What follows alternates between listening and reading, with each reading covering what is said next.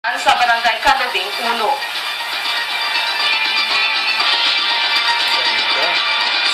At sa detalye ng ating mga balita, opisyal na binuksan at pinasinayaan nito ay Calabing 4 ng Oktubre ang pinakabagong institusyon sa Luzon. Ang Advanced Skills Training and Education Services Incorporated o ASTES na matatagpuan sa Sitio Paco, Barangay Calabing 1, lungsod ng Calapan. Dumalo sa naturang aktibidad ng mga kinatawan ng iba't ibang sektor, gayon din sina 1st District Congressman Doy Reaccion at City Mayor Ana Pandaligan na pamo ay kinatuwa ang pagkakaroon nito sa nasabing barangay. Binigyan din rin nila ang kahalagahan ng pagkatuto ng tech box skills sa pagkakaroon ng trabaho, lalo na kung hindi nakapagkolehiyo.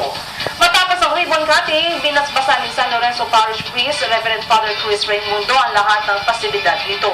Ayon kay Asset President Maria Cleopas Cayetano, hangad nilang makatulong sa mga estudyante na walang kakayahang makapasok sa kolehiyo.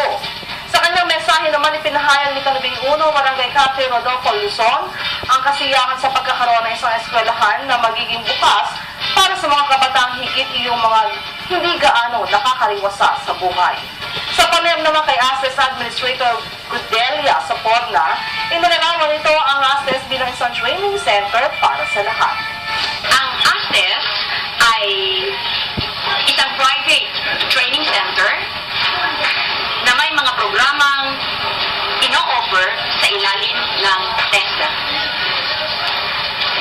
Ang ASTES o ang Advanced Skills Training and Education Services ay ginawaran ng registration ng Securities and Exchange Commission noong May 26, 2014. Ang ASTES ay isang training center para sa lahat. Ang ASTES ay isang training center tungo sa pagbabago ng inyong kinabukasan. Ang ASTES ay isang training center na magbibigay ng edukasyon sa ating mga kabataan tungo sa kanilang kaunlaran o pagbabago ng buhay. Samantala, tumanggap na niya sila ng mga enrollees sa mga kursong housekeeping 2, hairdressing NC2, food and beverage NC2 at beauty care NC2 at maaari silang tumanggap na may kumulang 300 estudyante. Kami po ay may mga kurso na ino-offer sa mga kabataan natin tulad ng housekeeping NC2, food and beverage NC2, hairdressing NC2,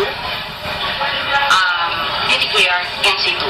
And sooner or later, magbibigay din po kami ng mga programa tulad ng bartending at domestic help para mabigyan ng wastong kaalaman ang mga bata ay 25 students per program, per session.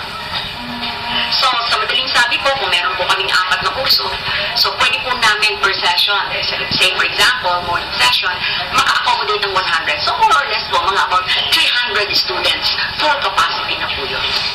Iba pa mga balita sa aming pong pagbabalik.